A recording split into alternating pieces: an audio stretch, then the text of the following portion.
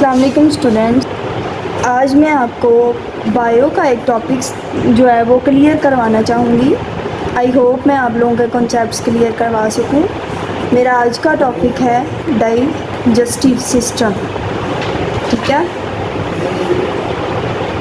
यहाँ पे दो वर्ड्स हैं, डाइजेस्टिव और सिस्टम। डाइजेस्टिव का मतलब होता है हज़म करना या तोड़ना।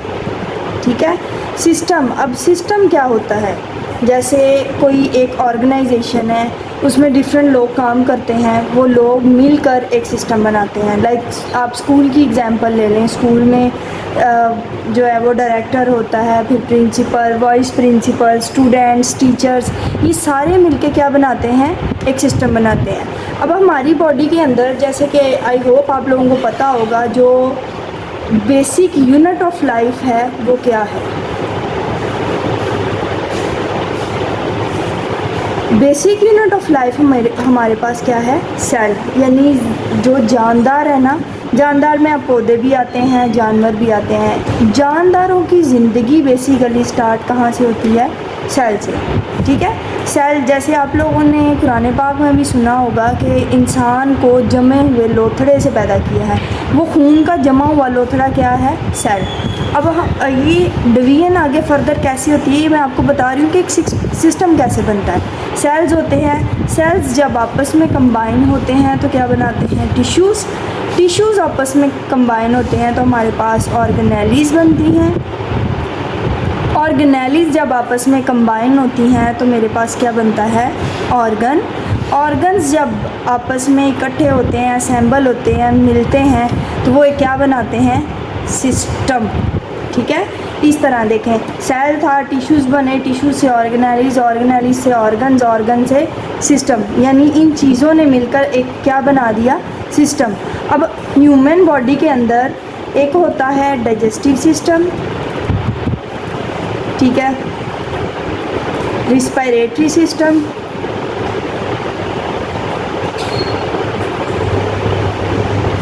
एक्सक्रीटरी सिस्टम,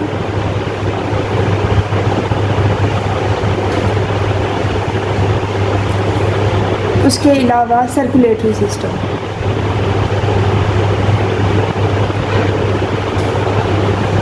ये सिस्टम्स जो एक ह्यूमन बॉडी के अंदर, या आप एनिमल, जैसे साइंस हमें ये कहती है कि जो जितने भी इंसान हैं वो भी इंक्लूड होते हैं एनिमल्स में, ये साइंस हमें कहती है। जबकि इस्लाम में ऐसा कोई कंसेप्ट नहीं है, हम लोग अशरफुल मखलूक़ात हैं। अब अगर साइंस को हम देखें तो एनिमल्स में क्या आ रहा है, जानवर भी और ह्यूमंस भी। तो ये जितने भी सिस्टम, ये चार मैंने आपको बताए हैं, ये एनिमल्स में भी हैं और ह्यूमंस में भी हैं। आज बेसिक हम स्टार्ट कहाँ से करेंगे, डाइजेस्टिव सिस्टम से। अब डाइजेस्टिव सिस्टम, जैसे कि मैंने आपको बताया है कि सिस्टम किन से मिलकर बनता है, ऑर्गन से। अब डाइजेस्टिव सिस्टम के अंदर ऑर्गन्स कौन कौन से आते हैं वो मैं आपको बताती हूँ। सबसे पहले है हमारा माउथ। ठीक है। अब मुंह के अंदर हमारे पास क्या है, टीथ भी हैं और टंग भी है। सेकंड पे हमारे पास क्या आ जाता है, ट्रैकिया, या आप इसको कह लें विंड पाइप भी और फूड पाइप भी। थर्ड पे मेरे पास आ गया स्टमक। ठीक है। स्टमक के बाद फोर्थ पे है इंटेस्टाइन। अब इंटेस्टाइन भी दो हैं, एक स्मॉल इंटेस्टाइन, एक लार्ज इंटेस्टाइन। अब वन बाय वन मैं आपको बताती हूँ कि इनके रोल क्या हैं। सबसे पहले है मेरे पास माउथ। माउथ में जैसे कि मैंने आपको बताया है, टंग है मेरे पास। टंग के फंक्शंस क्या हैं, पहला फंक्शन इसका है टेस्ट। जैसे कि आपको पता है कि हमारी ज़ुबान के ऊपर टेस्ट बर्ड्स होते हैं, छोटे छोटे सीलिया टाइप स्ट्रक्चर होता है इस तरह। वो अगर आप देखेंगे भी तो आपको नज़र आएगा, वो क्या होते हैं, टेस्ट बर्ड्स। हमारे जो ज़ुबान है उसका पहला फंक्शन क्या है, टेस्ट करना। ठीक है। दूसरा फंक्शन इसका क्या है, बोलस बनाना। अब बोलस क्या है? जब आप खाना खाते हो, उसको चबाते हो, तो वो खुराक का एक गोल छोटा सा बॉल बन जाता है, जिसको हम क्या कहते हैं? बोलस। तीसरा इसका फंक्शन है सलाइवा क्रिएट करना, यानी जो खाना हम खाते हैं उसको मॉइस्चराइज करना। ठीक है। अब दूसरा इसका जो ऑर्गन है उसकी हम बात करें तो वो हमारे पास क्या है? टीथ। टीथ क्या करते हैं? टेयरिंग, यानी जब हम खाना खाते हैं तो उसको, टेयरिंग का मतलब होता है चीरना फाड़ना। ठीक है। चीरना फाड़ना, लाइक हम खाना खा रहे हैं, हम बाइट लेते हैं, किसके ज़रिए लेते हैं? टीथ के ज़रिए। दूसरा इनका फंक्शन है च्यूइंग, यानी चबाना। सबसे पहले क्या होगा? दांतों से हम टियर करेंगे, यानी हम बाइट लेंगे। दूसरा क्या होगा? उसको चबाना शुरू करेंगे। तीसरा, अब हम यहाँ पे टंग पे आ जाते हैं, वो बोलस क्रिएट करेगी और सलाइवा सिक्रीट करेगी, जिसके ज़रिए वो खाना जो है वो मॉइस्चराइज होगा। ठीक है। फंक्शन टंग का सबसे पहला टेस्ट है। आप बाइट लेते हो, टंग टेस्ट करती है, अगर वो हमें अच्छा लगे तो हम उसको आगे फर्दर प्रोसेस स्टार्ट करते हैं, चबाना शुरू करते हैं, फिर बोलस क्रिएट होता है, सलाइवा सिक्रीट होता है।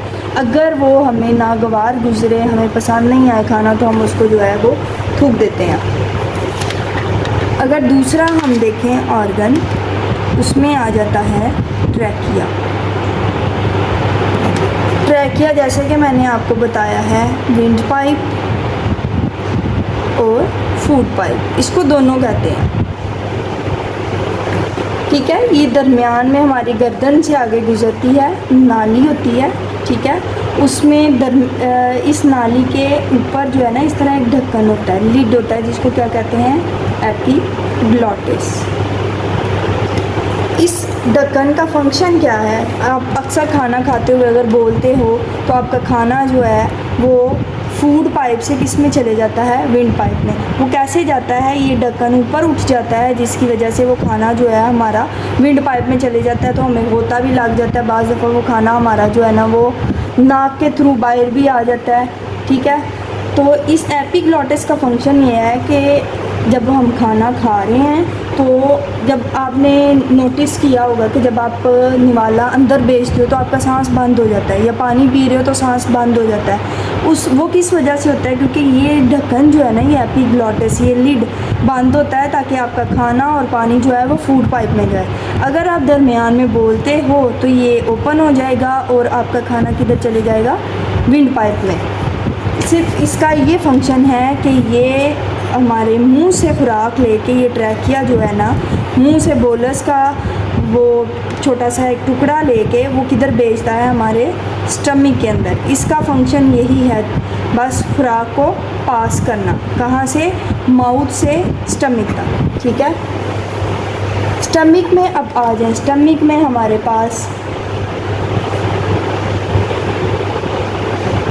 पेप्सिन जूस सिक्रीट होता है, या आप एंजाइम्स कह लें, ये सिक्रीट होते हैं। हमारा खाना जाता है। एक चीज़ मैं आपको यहाँ पे बता दूँ कि हमारे खाने की जो ब्रेक डाउन है ना, यानी डाइजेशन है, वो स्टमक में नहीं होती। एक काम मैंने माउथ में आपको बता दिया है कि इसकी क्या होती है, खुराक को हम तोड़ना शुरू करते हैं। दूसरा काम खुराक को तोड़ने का फर्दर कहाँ पे होता है? स्टमक के अंदर। वो ऐसे होता है कि जब खाना हमारे स्टमक के अंदर आ जाता है तो स्टमक की जो वॉल्स होती है ना, वो ग्लैंडुलर, यानी वेव लाइक उसमें जो है ना मोशन होती है, वो कॉन्ट्रैक्ट करती हैं, रिलैक्स करती हैं, जिसके वजह से जो है ना वो खाना मज़ीद टूट जाता है, मज़ीद बारीक हो जाता है। अब ये पेप्सिन जूस, या जो इसके अंदर HCl हाइड्रोक्लोरिक एसिड सेक्रीट होता है, उसका फंक्शन क्या होता है? आपने बाज़ दफ़ा नोट किया होगा कि आप बाहर से खाना खाते हो, जंक फूड वगैरह खाते हो, तो आपके स्टमक के अंदर तेज़ाबियत हो जाती है। वो तेज़ाबियत क्यों होती है? जब आप बाहर का खाना खाओगे तो ऑब्वियसली उसके अंदर जर्म्स ज़्यादा होंगे, जब जर्म्स ज़्यादा होंगे, ऑयल ज़्यादा होगा तो ये HCl एसिड भी ज़्यादा सिक्रीट होगा। जब ये HCl एसिड सिक्रीट ज़्यादा होगा, आपके स्टमक के अंदर हीट हो जाएगी। मैं उसको एसिड कह रही हूँ, एसिड का क्या मतलब है? तेज़ाब, ठीक है। जब इसकी मिकदार हमारे स्टमक के अंदर बढ़ जाती है तो हमें क्या हो जाती है? एसिडिटी, ठीक है। स्टमक का एक फंक्शन है ब्रेक डाउन,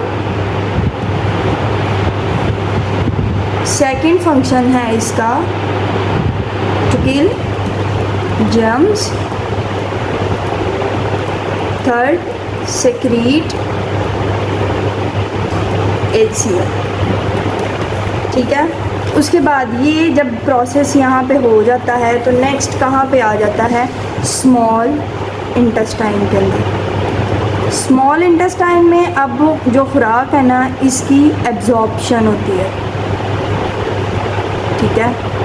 एब्जॉर्प्शन का क्या मतलब है? जो खुराक यहाँ पे, जो खाना हमारा स्टमक ने डाइजेस्ट किया है वो कहाँ पे एब्जॉर्ब होगा? यहाँ पे, ठीक है।